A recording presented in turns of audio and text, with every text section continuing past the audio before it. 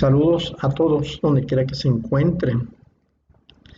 Vamos a hablar de la iglesia del Señor y vamos a tocar un versículo, mejor dicho, vamos a tocar una enseñanza del Señor que aparece en Mateo 25 y es la siguiente. En Mateo 25, empezando este capítulo, a partir del versículo 1, parece una enseñanza muy conocida dentro de la iglesia. Es la enseñanza de las 10 vírgenes. Las 10 vírgenes que están esperando al novio. Dice este texto de la siguiente manera. Entonces el reino de los cielos será como 10 muchachas que salieron con sus lámparas a recibir al novio. 5 eran necias y 5 prudentes. Las necias tomaron sus lámparas, pero no llevaron aceite. Las prudentes llevaban frascos de aceite con sus lámparas. Como el novio tardaba, les entró el sueño y se durmieron. A medianoche se oyó un clamor: «Aquí está el novio, salgan a recibirlo». Todas las muchachas se despertaron y se pusieron a preparar sus lámparas. Las necias pidieron a las prudentes: «¿Pueden darnos un poco de aceite? Porque se nos apagaron las lámparas». Contestaron las prudentes: «No, porque seguramente no alcanzará para todas. Es mejor que vayan a comprarlo a la tienda». Mientras iban a comprar el aceite, llegó el novio. Las que estaban preparadas entraron con él en la sala de bodas y las puertas se cerraron. Más tarde llegaron las otras muchachas diciendo: «Señor, Señor, ábrenos». Él respondió: «Les aseguro que no las conozco». Claro, estoy leyendo una versión parafraseada, ¿no? No es el original. El original diría de la siguiente manera. Entonces el reino de los cielos será semejante a 10 vírgenes que tomando sus lámparas salieron a recibir al esposo. 5 de ellas eran prudentes y 5 insensatas. Las insensatas, tomando sus lámparas, no tomaron consigo aceite, mas las prudentes tomaron aceite en sus vasijas juntamente con sus lámparas. Y tardándose el esposo, cabecearon todas y se durmieron. Y a la medianoche se oyó un clamor: «Aquí viene el esposo, salid a recibirle». Entonces todas aquellas vírgenes se levantaron y arreglaron sus lámparas.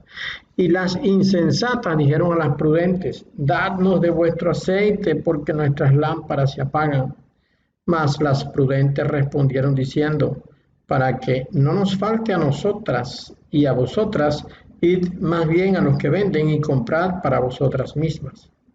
Pero mientras ellas iban a comprar, vino el esposo, y las que estaban preparadas entraron con él a las bodas y se cerró la puerta. Después vinieron también las otras vírgenes diciendo: «Señor, Señor, ábrenos». Mas él respondiendo dijo: «De cierto os digo que no os conozco. Velad pues, porque no sabéis el día ni la hora en que el Hijo del Hombre ha de venir».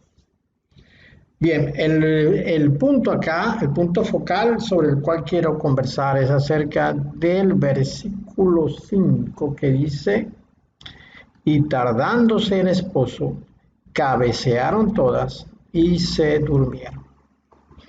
Bien, esta enseñanza la dio el Señor apoyándose en las costumbres judías para una boda. Era la costumbre del pueblo judío en aquella época que cuando un hombre se fijaba en una doncella y decidía en su corazón hacerla su esposa, iba donde el padre de familia y ofrecía el propósito que estaba en su corazón. Se cuenta que el pretendiente llevaba un par de copas y habiendo llegado a la casa y solicitando al padre el permiso para cortejar a la doncella, llenaba la copa, llenaba las dos copas. Si la joven pretendida consideraba que era prudente aceptar la oferta, tomaba la copa y ambos bebían. Si no, entonces se negaba a aceptar la copa. Con lo cual, el pretendiente había entendido que su oferta no había sido aceptada. Cosa triste, ¿verdad? Bueno, en el caso de que ella tomase la copa, cuando ella tomaba la copa en su mano, había una gran alegría dentro del hogar, dado que el papá de la muchacha pues no quería que su hija quedase soltera. Entonces, cuando se producía la oferta de matrimonio, y se producía este acto, si la muchacha tomaba la copa, ya era de hecho una aceptación. Entonces se cuenta que el hombre, una vez habiendo recibido la aceptación por parte de la pretendida, se iba a construir un hogar para la novia.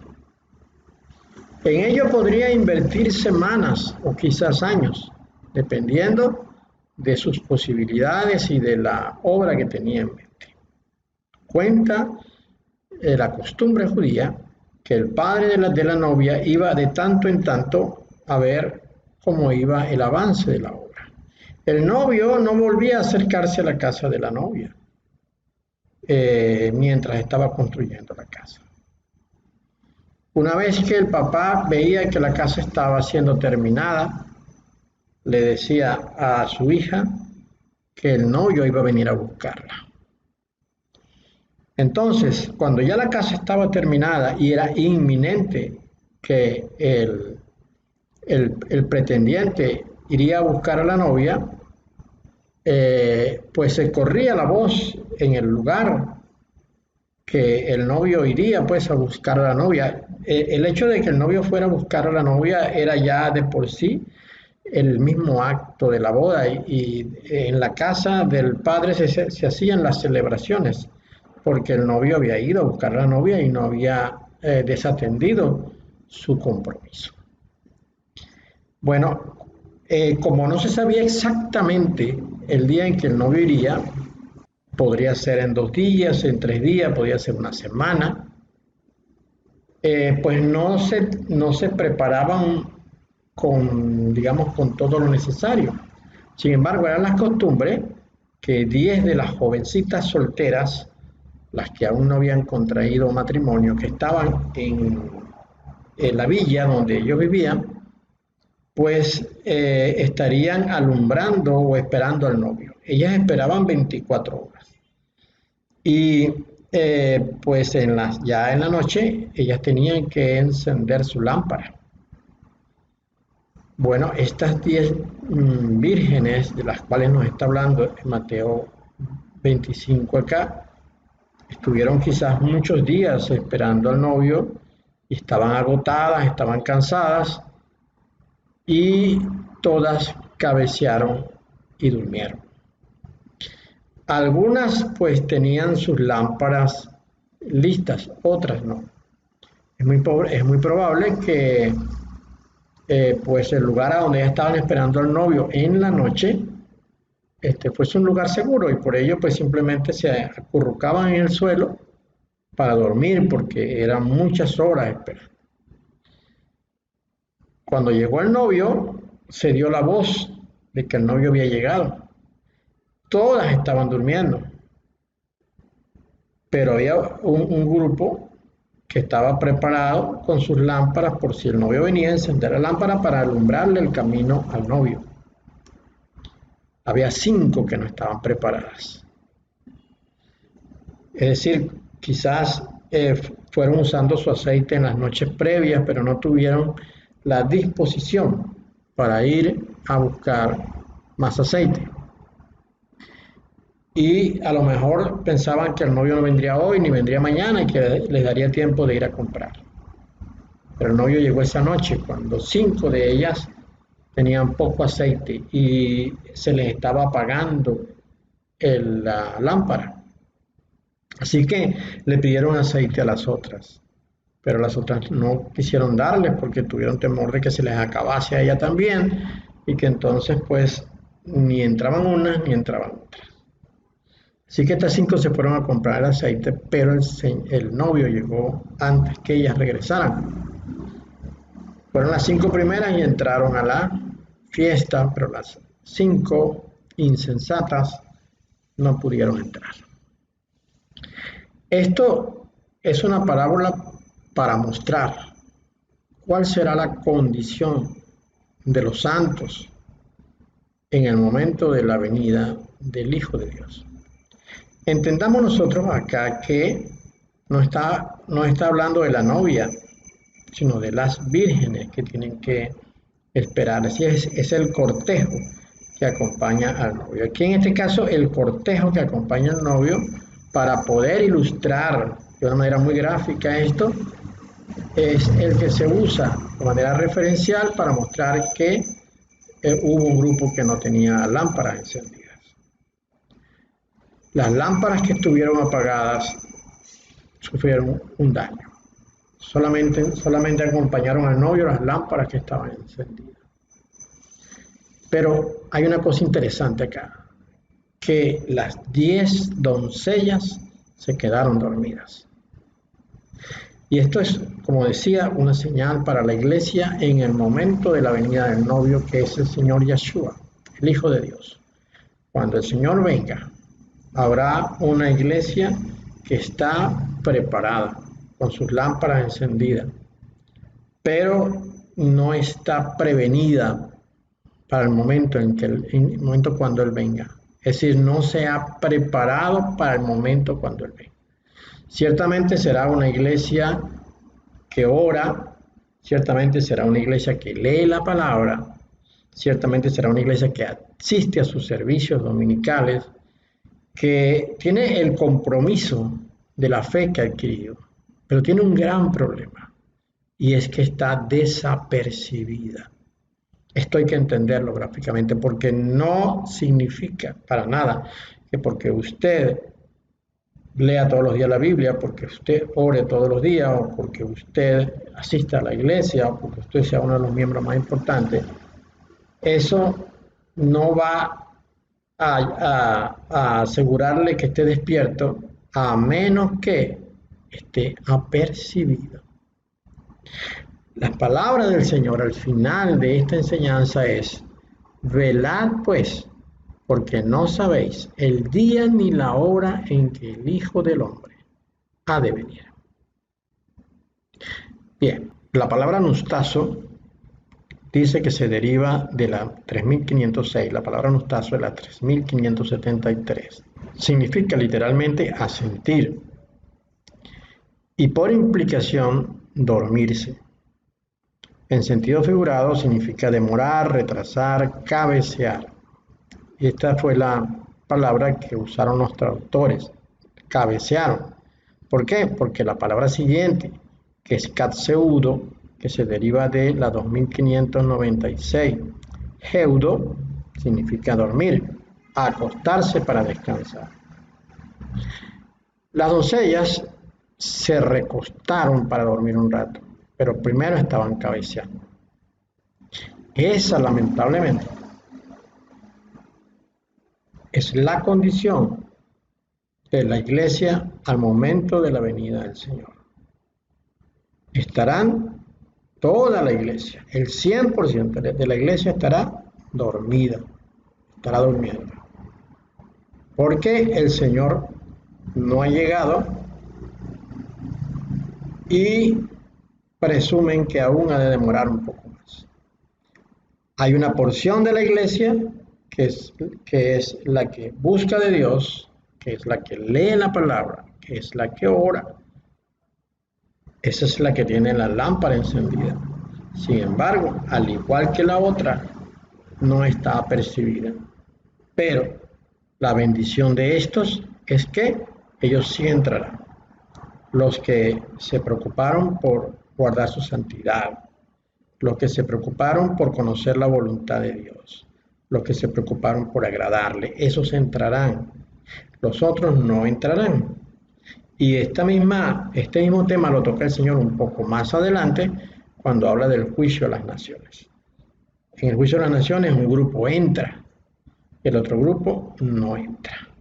Las que no estaban apercibidas, las que no tenían aceite, pertenecen a una parte de la iglesia que no se santifica, que no busca conocer la voluntad de Dios, que no busca agradarle, que más bien está dentro de la iglesia, posiblemente para causar problemas. Y esta es una de las cosas que vamos a ver seguidamente. Con relación a este momento y al dormir de la iglesia, el Señor en Mateo 16, en los primeros versículos, los primeros 4 o 5 versículos, dice lo siguiente. Vinieron los fariseos y los saduceos para tentarle y le pidieron que le mostrase señal del cielo. Mas él respondiendo les dijo, cuando anochece decís, buen tiempo, porque el cielo tiene arreboles. Por la mañana, hoy habrá tempestad, porque tiene arreboles el cielo nublado. Hipócritas, dice el Señor, que sabéis distinguir el aspecto del cielo, mas las señales de los tiempos no podéis. La generación mala y adúltera demanda señal, pero señal no le será dada, sino la señal del profeta Jonás. Y dejándolo se fue. Aquí hay un punto, aquí hay una porción de este texto que nos explica, nos muestra muy claramente en dónde está dormida la iglesia. La iglesia duerme en que no se ha dado cuenta de algo. La iglesia no se ha dado cuenta de que sobre la tierra hay 2 generaciones. Bueno, por lo menos dos, pero yo estoy seguro que son más. Y esto nos lo relata Génesis 3:15. Ahí dice, entonces Yahweh Dios dijo a la mujer, ¿qué es lo que has hecho? Y dijo la mujer, la serpiente me engañó y comí. Y Yahweh, él, o Dios, dijo a la serpiente, por cuanto esto hiciste, maldita serás entre todas las bestias y entre todos los animales del campo. Sobre tu pecho andarás, y polvo comerás todos los días de tu vida. Y pondré enemistad entre ti y la mujer, y entre tu simiente y la simiente suya, es decir, y entre tu generación y la generación de ella, la progenie, el linaje, entre tu linaje y el linaje de ella. Es un torrente de gente que salió a partir del huerto del Edén en 2 filas diferentes. Una, la que provenía de Abel, que no fue de él, porque Abel fue asesinado, pero sí fue de Set, su hermano menor. Y la otra de Caín, quien no era hijo de Adán, sino era del maligno, como nos dice Juan.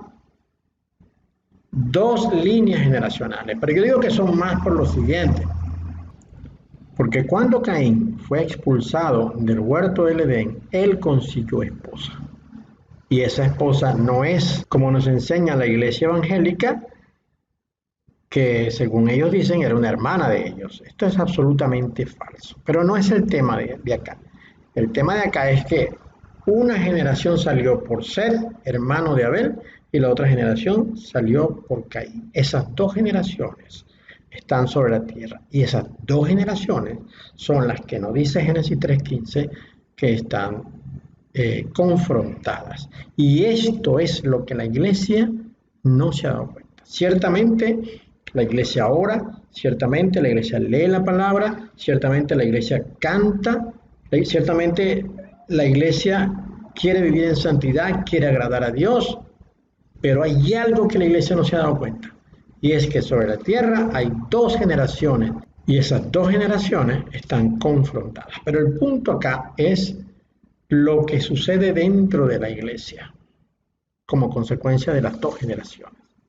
Lo primero que vamos a encontrar es que ya las 2 generaciones estaban mezcladas en el pueblo de Israel.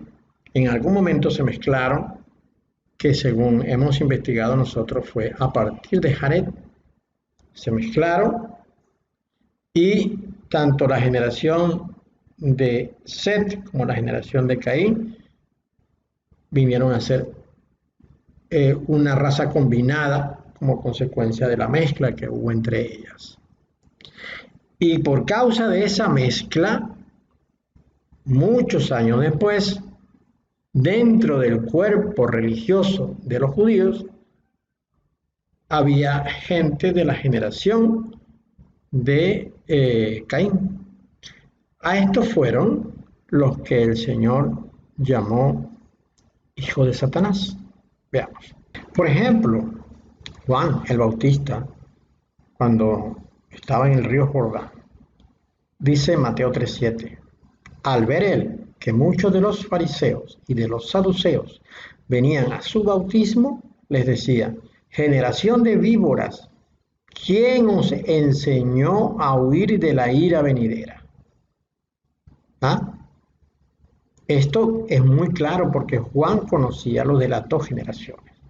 Y este punto también debo decir que con alguna intención malsana, esta información se le ocultó al mundo a partir de algún momento de la historia. Yo estoy convencido que los primeros cristianos conocían el tema de las dos generaciones, pero es muy probable, según mi opinión, que a partir de Constantino esta información comenzó a ser ocultada, porque ellos crearon una iglesia falsa como es la Iglesia Católica y el cristianismo que estaba golpeado, abatido como consecuencia de 250 años de persecución, no supo responder a la estrategia de Constantino y se dejó llevar. Por esto, además que era muy probable no estuviesen informados, no hubiesen sido lo suficientemente diligentes como para indagar sobre lo que sí conocían sus padres, sus abuelos, sus tatarabuelos. Llegado el momento cuando Constantino toma el control del cristianismo y establece, a partir de allí nace la Iglesia Católica, que se empieza a ocultar esta información, pero en esta época en la que está Juan se conocía. Luego el Señor Yeshua más adelante le dice, generación de víboras, ¿cómo podéis hablar lo bueno siendo malos? Porque de la abundancia del corazón habla la boca. Y luego se lo vuelve a decir en Mateo 23:33. Dice, serpientes, generación de víboras, ¿cómo escaparéis de la condenación del infierno? Y bueno, Lucas nos relata lo que ya Juan el Bautista había dicho, ¿no? Y decía a las multitudes que salían para ser bautizadas por él, oh generación de víboras, ¿quién os enseñó a huir de la ira venidera? Porque viene el momento de la ira en que Dios va a desatar su furia en contra de los descendientes de Caín. Porque lo que ocurrió en el huerto fue algo completamente desaprobado por parte de Dios. Bueno, como podemos ver acá, la religión judía estaba invadida por gente de la generación de Caín, por gente de la descendencia de la culebra. Porque ¿a quién les está hablando acá Juan? Le está hablando a los fariseos y también a los saduceos, que aunque no eran del cuerpo religioso, pero pertenecían a los judíos y eran una secta muy reconocida e importante en ese momento. ¿Y a quién le está hablando el Señor acá en Mateo 12:34? En el versículo 24 dice, los fariseos al oírlo decían, este no echa fuera los demonios, sino por Beelzebú, príncipe de los demonios. Y ahí se genera entonces una retórica, pues, una conversación entre el Señor y los fariseos, y al final de esta conversación es cuando Él le dice que ellos, los fariseos, son una generación de víboras. Entonces ya en la religión judía pues estaba metido Satanás, porque tenía a sus hijos, tenía a sus descendientes formando parte de esto. Y el Señor mismo, el Padre Eterno, dijo en Jeremías 8:8, ¿cómo decís, nosotros somos sabios y la ley de Yahweh está con nosotros? Ciertamente la ha cambiado en mentira la pluma mentirosa de los escribas. Ya en la época del Antiguo Testamento el Señor reprende duramente a los escribas diciendo que ellos habían convertido en mentira la ley de Dios. Habían cambiado la ley de Dios, la habían cambiado en mentira los escribas. Y en Primero de Crónicas, capítulo 2, versículo 55 nos dice: y la familia de los escribas que moraban en Jabes fueron los tirateos, los simeateos y los sucateos, los cuales son los ceneos que vinieron de Amad, padre de la casa de Recab. Pasa que la palabra ceneo es un patronímico de Caín, es como decir los cainitas. Resulta que lo que nos está diciendo acá es que los escribas son descendientes de Caín porque son ceneos, es decir, son cainitas, provienen de él. Así pues entonces, que dentro de la religión estaba metido el enemigo de Dios. De allí que cuando el Señor viene, primeramente Juan el Bautista, porque Juan el Bautista vino a allanar el camino del Señor y él fue el primero que los enfrentó. Pero luego el Señor, en su momento, les aseguró ciertamente que ellos eran hijos de la culebra, eran generación de víboras. La iglesia tiene que conocer esto porque en este momento la iglesia está permeada, está invadida precisamente por los descendientes de Caín y ellos han cambiado las cosas, ellos han transformado las cosas y las cosas en este momento son muy diferentes a como estaban cuando el Señor pues decidió hacer su obra sobre la tierra. Quizás usted no lo sabe, pero la iglesia ha sido permeada por los descendientes de Caín. Y de esto nos había adelantado Pablo, Pedro y Judas, por ejemplo. Veamos. A partir del versículo 17 del capítulo 3 de la carta a los Filipenses, Pablo dice lo siguiente: hermanos, sed imitadores de mí y mirad a los que así se conducen según el ejemplo que tenéis en nosotros. Porque por ahí andan muchos de los cuales os dije muchas veces, y ahora lo digo llorando, que son enemigos de la cruz de Cristo, el fin de los cuales será perdición, cuyo Dios es el vientre y cuya gloria es su vergüenza, que solo piensan en lo terrenal. Solo piensan en lo terrenal. Mas nuestra ciudadanía está en los cielos, de donde también esperamos al Salvador, el Señor Yeshua el ungido, el cual transformará el cuerpo de la humillación nuestra para que sea semejante al cuerpo de la gloria suya, por el poder con el cual puede también sujetar a sí mismo todas las cosas. Es decir, que ya en la época de Pablo había gente introducida dentro de la iglesia, dentro del grupo, los cuales pues no pertenecían a la iglesia. El mismo Juan el apóstol, nos dice lo siguiente, lo cual aparece en la primera carta, en el capítulo 2. Él dice: hijitos, ya es el último tiempo, y según vosotros oísteis que el anticristo viene, así ahora han surgido muchos anticristos. Por esto conocemos que es el último tiempo. Juan creía que ya están viviendo el último tiempo. Por esto conocemos que es el último tiempo. Dice: salieron de nosotros, pero no eran de nosotros, porque si hubiesen sido de nosotros, habrían permanecido con nosotros, pero salieron para que se manifestase que no todos son de nosotros. Juan está reconociendo que había un grupo en ese momento que estaban dentro de la iglesia, pero que no eran de la iglesia. Así que había que confrontarlos. Y esto es precisamente lo que Judas nos dice en su corta carta. Él dice: amados, por la gran solicitud que tenía de escribiros acerca de nuestra común salvación, me ha sido necesario escribiros exhortándoos que contendáis ardientemente por la fe que ha sido una vez dada a los santos, porque algunos hombres han entrado encubiertamente, los que desde antes habían sido destinados para esta condenación.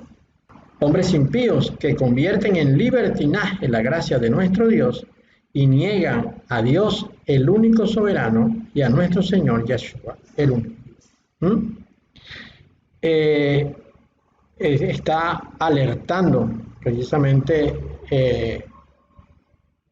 Judas acerca de algunos que se han infiltrado dentro de la iglesia, dentro de la iglesia.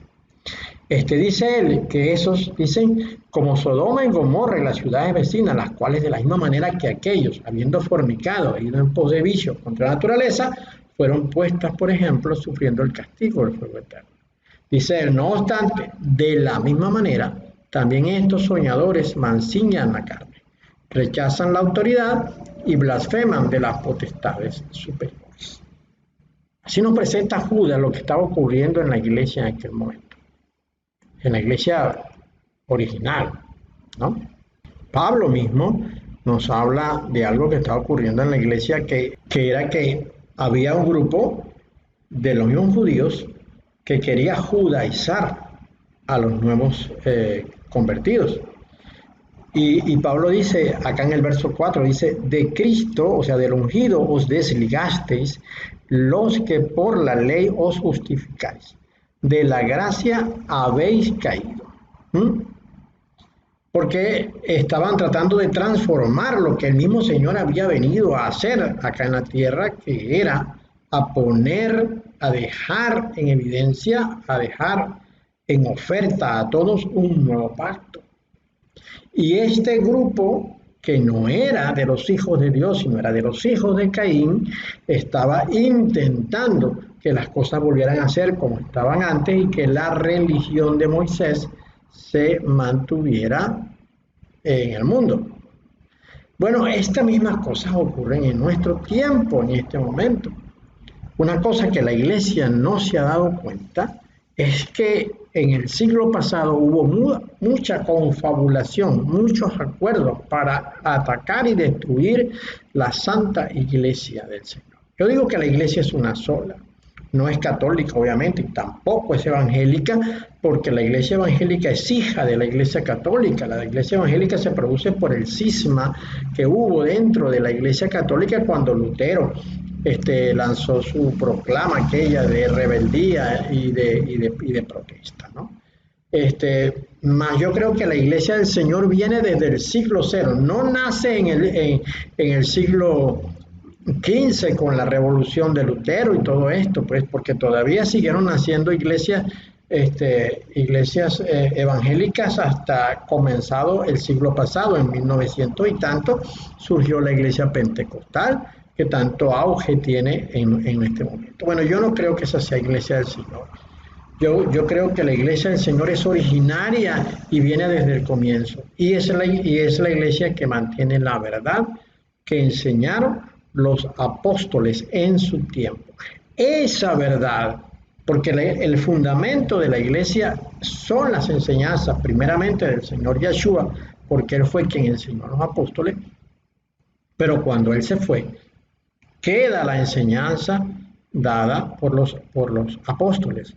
Y los apóstoles también tienen como documento propio, como documento revisional propio, las enseñanzas que ellos recibieron de parte de los profetas, porque eso es lo que nos dice la palabra. Nos dice que, dice Pablo en el segundo capítulo de la carta a los Efesios, dice: así que ya no sois extranjeros ni advenedizos, sino conciudadanos de los santos y miembros de la familia de Dios, edificados sobre el fundamento de los apóstoles y profetas,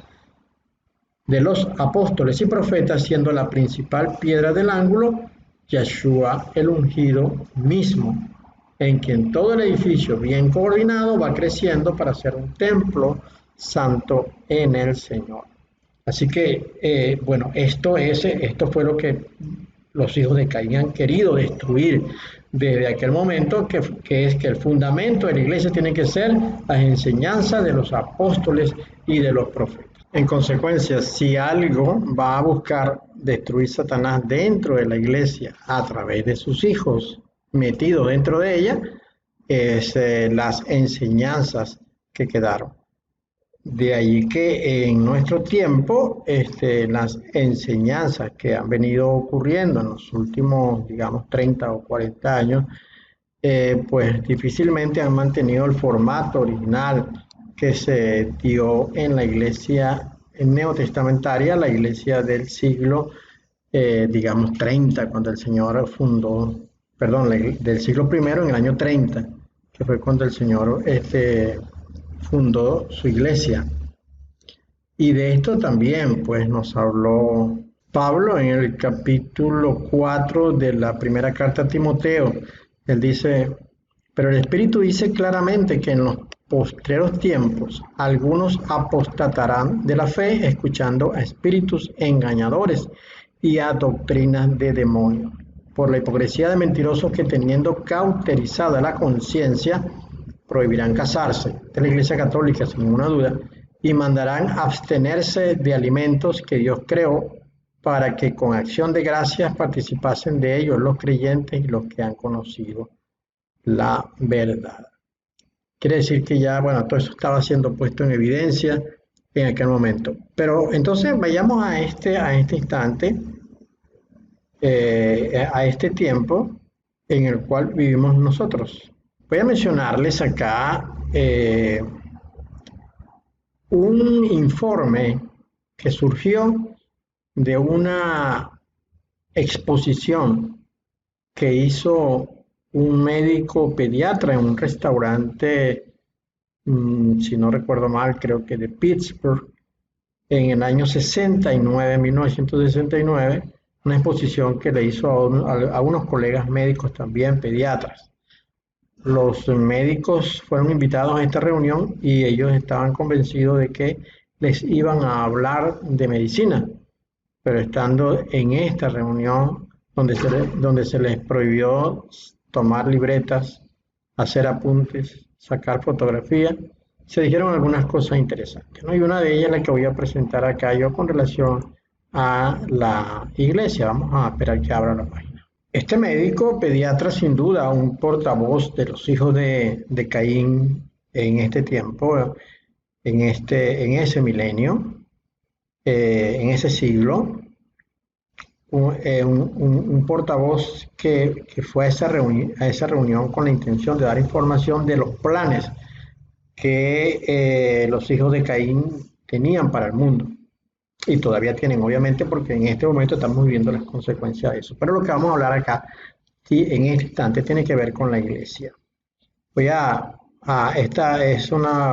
Este es un trabajo que yo hice hace algunos años, en el año 2016, de recoger este informe, que lo conseguí gracias a un amigo llamado James Arendt, que es un gran investigador, y él puso a la disposición de todo esto, que se llama algo así como The New World Order of Barbarian, es decir, el nuevo orden de los bárbaros. Entonces, en alguna parte de esta exposición, él dice lo siguiente, ¿no? Otra área de discusión fue la religión. Se trató de un discurso ateo declarado, y él dijo, la religión no es necesariamente mala. Mucha gente parece necesitar la religión con sus misterios y rituales, por lo que tendrán religión. Pero las principales religiones de hoy en día tienen que ser cambiadas porque no son compatibles con los cambios venideros. Las antiguas religiones tendrán que irse, especialmente el cristianismo. Una vez que la Iglesia Católica Romana sea quitada, el resto del cristianismo caerá más fácilmente. Como consecuencia de esto, se aceptará una nueva religión para su uso en todo el mundo. Incorporará algo de todas las viejas religiones para que sea más fácil que la gente la acepte y se sienta como en casa al mismo tiempo.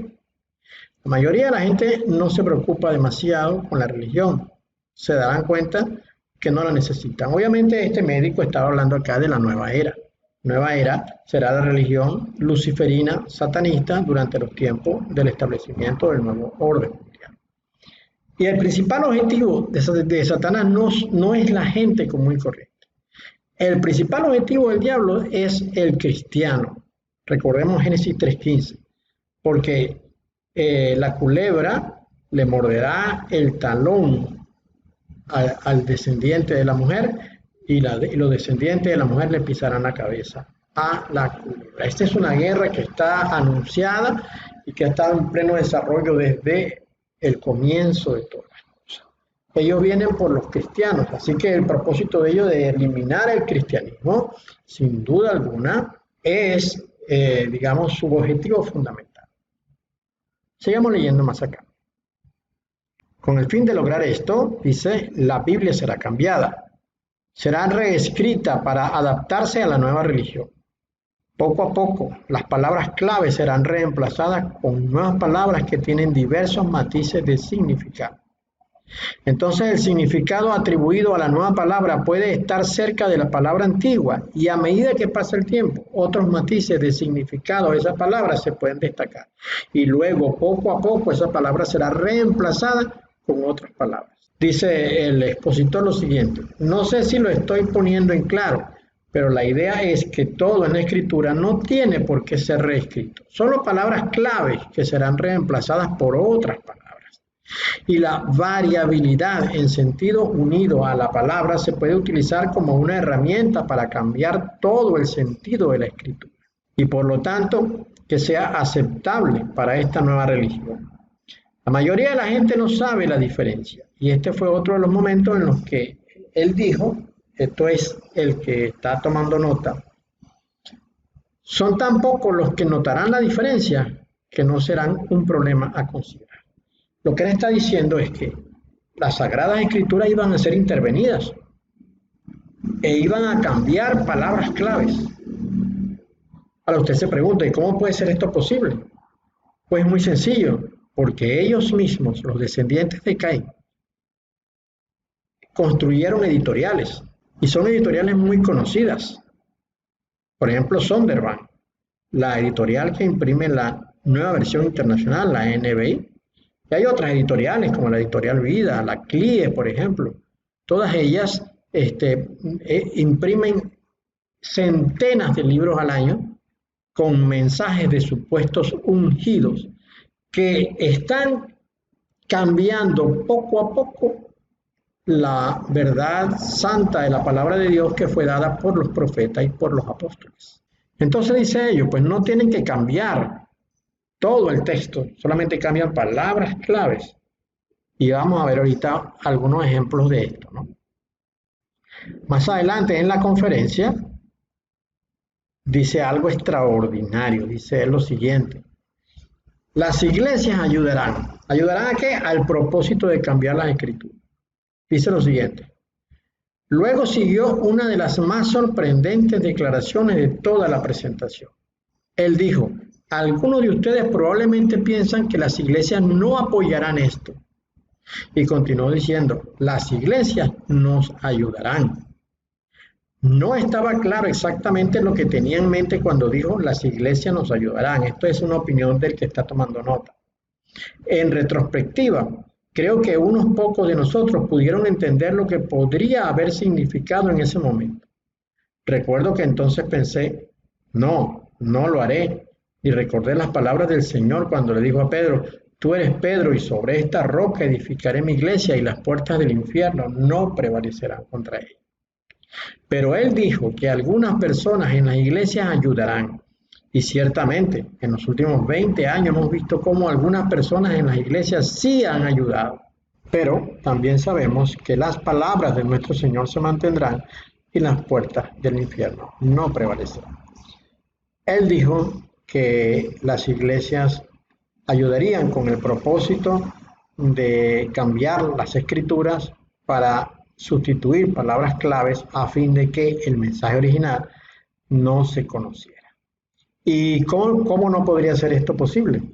Si ellos mismos fundaron miles, decenas de miles de iglesias en el mundo entero. La mayoría de las iglesias en este momento, de esas enormes iglesias, de esas mega iglesias, son pagadas con dinero de los descendientes de Caín. Y son iglesias que están haciendo el trabajo que les fue encomendados por parte de sus jefes, ¿no? Hoy no me va a dar tiempo de terminar todo este tema, con toda seguridad continuaré la semana próxima, pero hay mucha verdad que debe ser dicha en este momento con relación a la falsa iglesia evangélica y la falsa iglesia católica, que se abrogan el derecho de ser las iglesias de Dios, pero son iglesias donde bueno, hablando de las grandes iglesias, ¿no? No de las iglesias, no de la iglesia pequeña, pero sin embargo, dentro de la iglesia pequeña, todavía hay gente que repite el mensaje que ha escuchado, repite y repite, y no se pone con diligencia a encontrar la verdad para exponerla públicamente. Toda la iglesia está dormida, tanto las grandes como las pequeñas, están dormidas. Pero las culpables de todo esto son las iglesias grandes y poderosas, donde hay unos hombres vestidos de pastores que no son pastores, donde hay unos evangelistas vestidos de evangelistas que no son evangelistas. Han cambiado, han tergiversado la verdad y han enseñado cosas muy, muy peligrosas en los últimos 30 años. Vamos a ver a este artículo que tengo por acá. Cuidado con la nueva versión internacional. Cuidado con la Biblia nueva versión internacional. El artículo es largo, pertenece al reverendo Carlos A. Donati. Pero voy a ir directamente al objetivo en cuanto a las palabras que han sido cambiadas, los textos que han sido transformados. Veamos algunos ejemplos de la mutilación textual de la nueva versión internacional. La nueva versión internacional debilita la doctrina de la deidad del ungido al cambiar la frase hijo de Dios a hijo del hombre en Juan 9:35, ya que esa frase es clave para defender esa doctrina. La nueva versión internacional omite totalmente Hechos 8:37, donde leemos: y Felipe dijo, si crees de todo corazón, bien puedes. Y respondió él y dijo, yo creo que Yeshua el ungido es el Hijo de Dios. La nueva versión internacional omite la palabra Dios por la palabra genérica Él en 1 Timoteo 3:16. La nueva versión internacional omite a Dios en Apocalipsis 20:12, que es un pasaje que nos enseña que Jesús es Dios, ya que es Él quien está sentado sobre el trono. Yo debo decirle que en lo personal hace ya algunos años que no uso ese nombre falso de Jesús para denominar al Hijo de Dios, porque esta es una de las cosas, de las palabras claves que nos fueron cambiadas, pero esto lo voy a dejar para el programa siguiente, hablar acerca del nombre verdadero. La nueva versión internacional omite totalmente Marcos 15:28, donde la Escritura declara que Cristo fue contado entre los transgresores, en cumplimiento a una profecía del Antiguo Testamento en Isaías 53:12. Es decir, que la NBI niega este hecho. La NBI elimina la frase por nosotros en 1 Corintios 5:7, negando así la doctrina de la obra redentora sustitutiva. La nueva versión internacional niega la doctrina de la sangre del ungido al eliminar por su sangre en Colosenses 1:14. La NBI elimina la frase por sí mismo en Hebreos 1:3, debilitando la doctrina de la salvación del ungido. La nueva versión internacional debilita la doctrina del sacrificio expiatorio al omitir la frase por nosotros en 1 Pedro 4:1. La nueva versión internacional declara en una nota en Marcos 16:9-20 que estos pasajes que relatan la resurrección de Cristo no aparecen en los originales. Este tipo de anotaciones pone en tela de juicio este y muchos otros pasajes de la Sagrada Escritura. La nueva versión internacional debilita la doctrina de la resurrección al omitir se levantaría en Hechos 2:30. La nueva versión internacional cambió la frase pruebas infalibles por pruebas convincentes en Hechos 1:3. Sustitución de palabras, como nos anunció el médico en 1969. La NBI llama a José el padre de Jesús o de Yeshua en Lucas 2:33. La Nueva Versión Internacional vuelve a llamar a José el padre de Yeshua en Lucas 2:43. La Nueva Versión Internacional debilita y niega la encarnación de Yeshua el ungido en Primera de Juan 4:3 al usar reconocer en vez de confesar. La Nueva Versión Internacional niega que Yeshua es el unigénito al omitir esta palabra en Juan 1:14-18, 3:16-18 y Primera de Juan 4:9. La Nueva Versión Internacional debilita o niega el señorío del ungido al omitir la palabra Señor en los siguientes versos: Mateo 13:51, Marcos 9:24, 11:40, Lucas 23:42, Hechos 9:6-1, Hechos 9:6, Primera de Corintios 15:47, Segunda de Corintios 4:10, Gálatas 6:17, Efesios 3:14, Colosenses 1:2, Segunda de Timoteo 4:1 y Tito 1:4, entre otros. Una versión internacional debilita la doctrina de la resurrección al omitir la frase porque yo voy al Padre en Juan 16:16. La nueva versión internacional omite la frase el principio y el fin en Apocalipsis 1:8, debilitando la doctrina eternidad del ungido. La nueva versión internacional omite la frase yo soy el alfa y el omega en Apocalipsis 1:11. La nueva versión internacional omite la frase al que vive por siempre jamás en Apocalipsis 5:14, cuando las 4 bestias y los 24 ancianos se postraron y adoraron. La nueva versión internacional niega la segunda venida del ungido al omitir la frase y que has de venir en Apocalipsis 11:17. La nueva versión internacional vuelve a negar su segunda venida en Mateo 25:13 al omitir la frase en la cual el Hijo del Hombre ha de venir. La NBI omite por completo Mateo 18:11, debilitando la doctrina de la salvación. La nueva versión internacional omite la frase en mí, hablando de creer en Yeshua en Juan 6:47, dando a entender que solamente se hace necesario creer, pero ¿en qué o en quién? La NBI omite la frase de los que son salvos de Apocalipsis 21:24. Esto debilita la doctrina de la salvación y da lugar a una interpretación universalista de la salvación. La NBI omite la frase desierto, que será más tolerable para Sodoma y Gomorra en el día del juicio que de aquella ciudad, que refleja la influencia de Virginia Mollenkott, quien es una lesbiana, quien además formó parte del grupo consultor de estilistas para esta versión. La NBI omite la frase donde el gusano no muere en Marcos 9:44 y el 46 está totalmente omitida. La nueva versión internacional omite la frase no perezca en Juan 3:15, debilitando la doctrina del infierno.